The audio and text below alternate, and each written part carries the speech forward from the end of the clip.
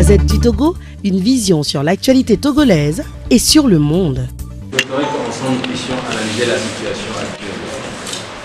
Nous avons un président qui tourne en rond, il faut le dire, le Togo n'est plus vraiment dirigé. Vous avez un gouvernement et des ministres qui tournent en rond. Vous avez finalement un pays qui tourne en rond. Vous avez des citoyens qui tournent en rond. Et face à cela, on pourrait s'attendre à ce que des personnes responsables qui dirigent le pays prennent des initiatives qui permettent justement de sortir le pays des ornières et qui puissent permettre enfin au pays de se tourner vers le développement, vers l'épanouissement de ses habitants, etc., etc. Et à quoi faisons-nous face depuis quelques semaines? Je ne parle pas de la passivité, du manque de dynamisme de la CEDEAO, mais je parle des différentes attitudes que nous constatons de la part du gouvernement, de la part du ministre et de la part de personnes, de personnalités proches de ce pouvoir.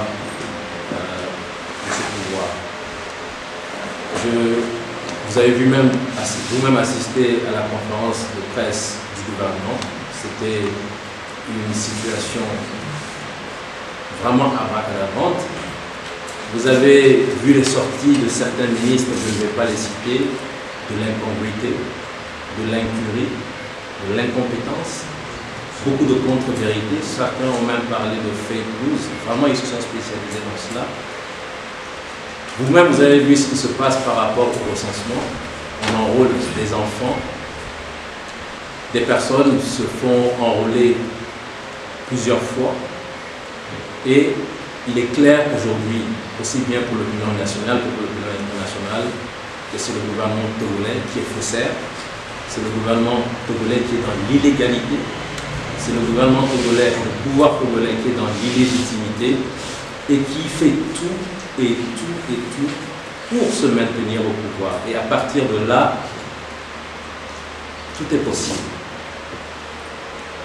Pour se maintenir au pouvoir, on a décidé de falsifier le fichier électoral et d'aller de façon, on a parlé de marche forcée, d'aller donc vers les élections législatives du 20 décembre.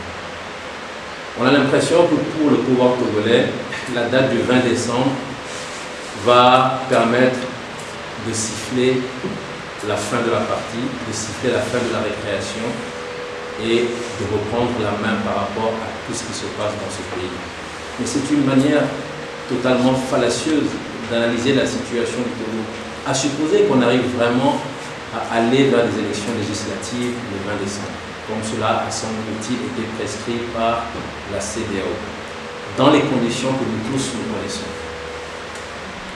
Est-ce que, honnêtement, ceux qui sont aujourd'hui au pouvoir pensent qu'à partir de là, le problème togolais est réglé? Il n'y aura plus de manifestations, il n'y aura plus de contestation. Le travail va reprendre avec le développement de l'industrie, le développement de l'agriculture, le développement du système de santé, etc. etc. Mais je vous dis non, le Togo va s'enliser dans la crise. Alors, à partir de là, en tant que citoyen, il faut qu'on prenne nos responsabilités. Qu'on se dise, est-ce que nous décidons d'attendre que ce soit la CEDEAO qui règle le problème? Que la CEDEAO dise carton rouge au pouvoir togolais, arrêtez ce que vous êtes en train de faire parce que ça n'a ni tête ni queue, et que la CEDEAO remette les choses en place. C'est une possibilité. Mais M. Folikwe vous a tantôt dit ce que nous avons dit après avoir rencontré les experts de la CEDEAO. Ils ont été, je crois, clairs. Ils sont là avec un cadre de mission bien précis.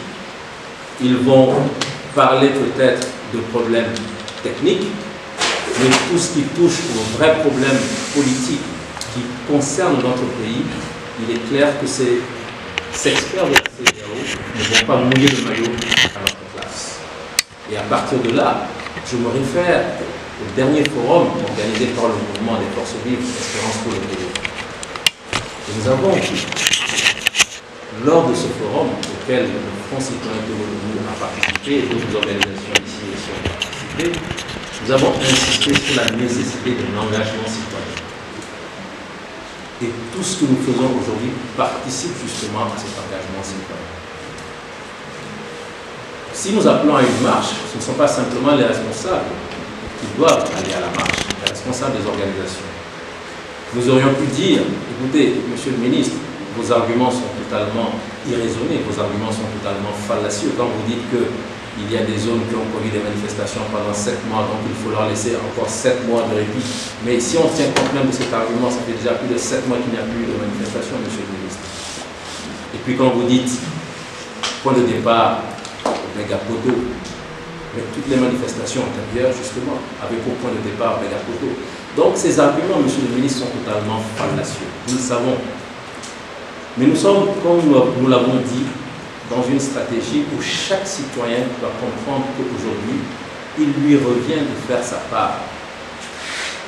À partir de là, est-ce qu'il faut engager un bras de fer au risque de décourager ceux qui veulent vraiment faire leur part, ceux qui veulent participer, ceux qui veulent démontrer par leur présence à la marche que quelque chose doit changer dans ce pays, ou est-ce qu'il faut, pour le moment, accepter, comme il l'a dit, quel que soit l'itinéraire qui nous sera proposé? Quelqu'un même l'a dit, si on nous demande d'aller marcher dans la mer, nous irons marcher dans la mer. Mais ce qui est important, c'est que chaque citoyen se dise, je dois faire ma part, il n'est plus question d'attendre la CEDEAO. Si les choses doivent changer dans ce pays, ce n'est pas l'affaire de la coalition des 14 partis politiques, ce n'est pas l'affaire du Front citoyen togolais, ce n'est pas l'affaire des organisations qui sont ici à cette table, c'est l'affaire de tout un chacun. Et je sais qu'aujourd'hui, beaucoup sombrent dans l'indifférence, beaucoup sombrent dans le découragement. Sincèrement, si nous acceptons cette indifférence, si nous acceptons ce découragement, c'est que tous les sacrifices consentis, alors nous les jetons à l'eau. Aujourd'hui, nous avons des frères qui sont enfermés en prison. Nous ne pouvons pas rester indifférents, nous ne pouvons pas rester les bras croisés, nous ne pouvons pas accepter que ces personnes demeurent enfermées en prison et que pendant ce temps, nous puissions simplement vaquer à nos occupations. C'est pour cela que nous vous invitons à sortir massivement le samedi 3 novembre, quel que soit l'itinéraire qui sera proposé, pour que nous puissions ensemble marcher et démontrer à la face de l'opinion nationale et internationale que les Togolais veulent le changement, les Togolais veulent un nouveau système de gouvernance. Voilà donc ce que j'avais à ajouter à tout ce qui a été dit quelque part par les amis de cette. La Gazette du Togo, une vision sur l'actualité togolaise et sur le monde.